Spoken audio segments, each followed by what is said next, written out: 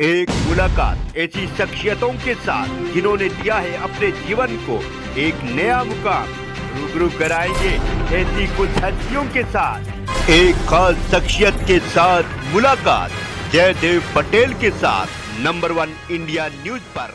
नमस्कार व्यूअर्स, मैं जयदेव पटेल और आप देख रहे हैं नंबर 1 इंडिया न्यूज। आपका एक बार फिर स्वागत है एक खास शख्सियत के साथ मुलाकात प्रोग्राम में। आज हम बात करेंगे देश भर की जेलों में जो कैदी जो हैं उनके साथ जाति के नाम पर जो भेदभाव जो किया जा रहा है, इसको लेकर सुप्रीम कोर्ट ने आज एक अहम फैसला सुनाते हुए ये कहा है कि कैदियों के साथ में जाति के नाम पर जो भेदभाव की जो प्रणाली चली आ रही है कहीं न कहीं गलत है और संविधान के खिलाफ है। आखिर इसके क्या मायने हैं, इन्हें दाम मुद्दों बात करने के लिए हमारे साथ खास हमारा सुप्रीम कोर्ट के अधिवक्ता संजय के चड्ढा। संजय के चड्ढा जी, आपका बहुत स्वागत आज हमारे प्रोग्राम में। धन्यवाद जयदेव जी। संजय के चड्ढा जी, आपसे मेरा पहला सवाल है कि सुप्रीम कोर्ट का आज का जो फैसला आया है, देश भर के जेलों में जो बंद जो कैदी हैं उनके जाति के नाम पर जो भेदभाव करने की जो प्रणाली जो शुरू से बनी हुई आ रही है, इस फैसले को आप कैसे देखते हो? ये कितना अहम फैसला है? देखिए, बहुत अहम फैसला है जयदेव जी। क्यों अहम है? क्योंकि ये परंपराएं जो है ये वर्षों पुरानी है। मेरे को ऐसा लगता है कि कई सारे जेल मैनुअल्स जो है वो तो आजादी से पहले के हैं, अंग्रेजों के जमाने के हैं। और जबकि हमारे कॉन्स्टिट्यूशन में if I am not wrong article 17 में स्पेसिफिकली लिखा हुआ है अनटचेबिलिटी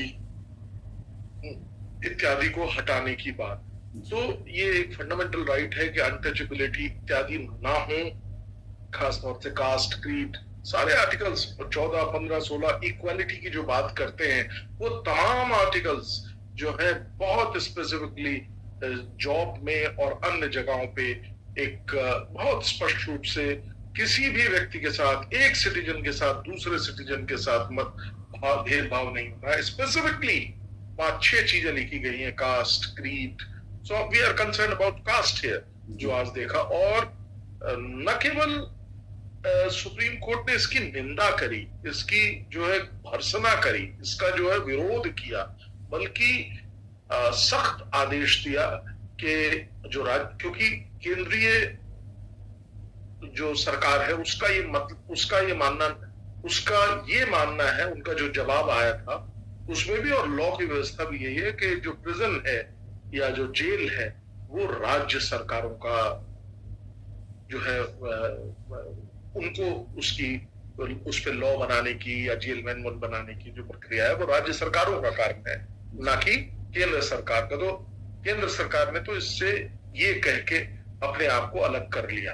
अब इसी वजह से सारे राज्यों को आज के इस निर्णय में 3 माह का समय दिया गया है और ये कहा है कि जो डिस्क्रिमिनेटरी प्रोविजंस हैं उन प्रोविजंस को आपको अपने जेल मैनुअल से हटाना, साफ करना जी, अगर है तो, जबकि ये सफाई तो पहले ही हो जानी चाहिए।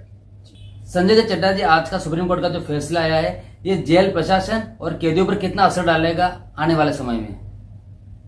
देखिए, बहुत अच्छा सवाल है। जेल प्रशासन पे भी इसका प्रभाव पड़ेगा क्योंकि नई चीजें अब होंगी। पुराने मैनुअल्स में जो चीजें लिखी गई थी जिसके आधार पर भेदभाव होता था, मैं 2-3 एग्जाम्पल देता हूँ। स्टेट ऑफ वेस्ट बंगाल में जो जेल मैनुअल है वो स्पेसिफिकली कहता है कि कौन सी जाति के लोग जो है, ऊंची जाति के लोग जो है वो कुकिंग करेंगे, वो लोग खाना बनाएंगे। इसी प्रकार से जो नीची जाति के लोग हैं उनको सफाई का कार्य दिया गया। अब देखिए ना, बहुत पहले से हमारे कानून में इस चीज का प्रोविजन है कि जो सीवेज होता है उसको वो जिसे कहते हैं ना कि ये बहुत ही डेंजरस काम है, तो ये प्रोहिबिटेड है। लेकिन जेल मैनुअल कहता है कि आपको जो है इसको जो है लो कास्ट के जो लोग हैं उनको ये जिम्मेवारी दी जाती है जब वो जेल में होते हैं। इसी प्रकार से अगर मैं आपको बताऊं कि उत्तर प्रदेश का मैनुअल क्या कहता है, उत्तर प्रदेश सरकार का मैनुअल बहुत स्पेसिफिक रूप से ये कहता है कि कास्ट के आधार पर ये डिटरमाइन होगा कि कौन सी बैरक में कौन रहेगा। तो ये जो है वो उचित नहीं है कार्रवाई। इसी प्रकार से अगर मैं अगला आपको उदाहरण दूं तो मैं जैसे कि राजस्थान का, वहां पे डीनोटिफाइड जो ट्राइब्स हैं उनका वर्णन मैनुअल में लिखा हुआ।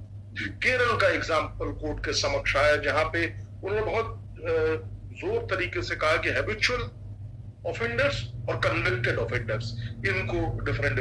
तो ये श्रेणियां, ये भेदभाव अब आज के इस नए युग में नहीं होना चाहिए। इसकी भर्त्सना की गई, इसकी निंदा की गई, और जिस संस्था ने इस पे ये पिटीशन डाली थी महाराष्ट्र की, उसको स्वीकार करते हुए ये निर्देश जारी किए। जी, संजय के चड्डा जी, सुप्रीम कोर्ट के आज का जो फैसला जो आया है, इसको अब कहीं ना कहीं प्रॉपर तरीके से लागू करना ये कितना चुनौतीपूर्ण होगा, और साथ ही इसको कैसे सुनिश्चित किया जाएगा कि ये हर तरीके से हर जगह पे कहीं ना कहीं लागू हो? देखिए, ये मुझे ऐसा लगता है कि लागू करना इतना चुनौती पूर्वक नहीं होगा, क्योंकि जेल एडमिनिस्ट्रेशन की ये ड्यूटी है कि इस तरह के जो भी आदेश आए हैं उनकी पालना हो। मैं थोड़ा सा यहाँ पे कभी कभी अपने आप को अपनी ओर से भी चिंता जताता हूं, जब इसी सुप्रीम कोर्ट ने कई अपने जजमेंट्स में जेल रिफॉर्म्स की बात की और वहां पे भी जेल मैनुअल्स में तरमीम करने की या बदलाव करने की बातें कही, लेकिन बहुत अफसोस की बात है कि कई बार जो है यहाँ पे ऐसे चेंजेस को नहीं किया गया। निश्चित तौर पे उसका कारण ये था कि एक जिसे कहते हैं ना कि डायरेक्ट डायरेक्शन नहीं था, स्ट्रेट अवे नहीं था कि ये करिए, लेकिन इसलिए उन्होंने उस चीज का एडवांटेज लिया, टाइम बाउंड नहीं किया था।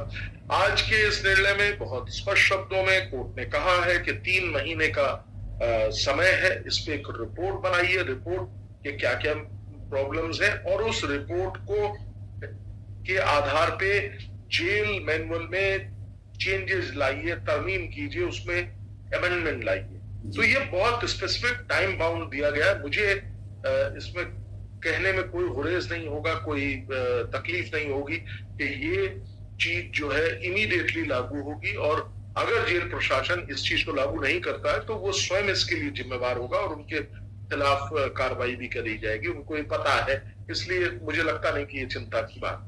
जी, संजय चड्डा जी, आपसे मेरा आखिरी सवाल है, और सवाल मेरा इसी के रिलेटेड है। कहीं ना कहीं सुप्रीम कोर्ट ने आज एक और अहम टिप्पणी करते हुए सभी राज्यों को निर्देशित किया है और ये कहा है कि अपने जेल मैनुअल में जो है बदलाव लाइए, क्योंकि ये कहीं ना कहीं संविधान के खिलाफ है और आर्टिकल जो अनुच्छेद 15, 17 और 23 है उसका भी उल्लंघन है।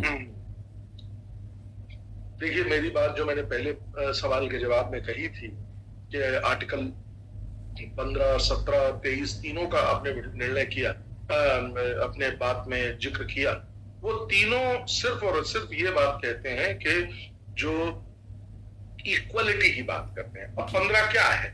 जॉब में इनइक्वालिटी नहीं होनी चाहिए। तो आप इसको ले लीजिए कहां से कि कुक ये नहीं हो, इस कास्ट से नहीं होगा, तो सफाई करने वाला इस कास्ट से नहीं होगा, और सो ऑन सो फोर्थ। तो जॉब में कहीं पे भी डिस्क्रिमिनेट नहीं किया जा सकता। 17 अनटचेबिलिटी की बात करता है, और 18 जो है वो बात करता है बाउंडेड लेबर की, या जिसे कहते हैं ना बेगार, तो उस लेबर की बात करता है। और उसको मुझे ऐसा लगता है कि ये जो जजमेंट है इन तीनों आर्टिकल्स को समावेशित करता है। सार सिर्फ इतना है कि ये जो पुराने प्रोविजन, सड़े गले प्रोविजन थे, जिससे कि डिस्क्रिमिनेशन ऊज आउट करता था, निकल के हम लोगों के सामने आ जाता था, उस डिस्क्रिमिनेशन को समाप्त करने की बात बहुत स्पष्ट शब्दों में जो है वो करी है आदरणीय सुप्रीम कोर्ट ने। और उसमें एक टाइम बाउंड फॉर्मूला दिया है कि 3 महीने के अंदर आप इस डिस्क्रिमिनेशन को खोजिए, इन लाइन में जो लाइन इस जजमेंट में दी गई है सुप्रीम कोर्ट के द्वारा, और न सिर्फ खोजिए बल्कि उनको समापन की ओर भी आगे बढ़ाइए और उनको रिमूव करिए, उन ऐसे प्रोविजंस को हटा दीजिए अपने जेल मैनुअल्स से। जेल मैनुअल्स में मैं एक बात और अपने सुनने वालों को कहना चाहूंगा। देखिए ना, आप यही जेल मैनुअल है, उसकी एडवांटेज लेते हुए कई लोग जो हैं वो लंबे लंबे पैरोल ले रहे हैं। मैं कहाँ बोल रहा हूँ, आप बहुत अच्छी तरह समझ रहे हैं। राम रहीम जेल मैनुअल की एडवांटेज लेते हुए न जाने कितनी बार हर चुनाव से पहले वो आउट हो जाते हैं और बाहर आ जाते हैं। तो ये सब मेरे ख्याल से ये भी एक डिस्क्रिमिनेशन है जो जेल मैनुअल्स में सुधार करके दूर किया जाना चाहिए। जी, संजय चड्डा जी, आपने हमारे लिए समय निकाला, महत्वपूर्ण जानकारी हमारे साथ साझा करी, उसके लिए आपको बहुत बहुत धन्यवाद। धन्यवाद।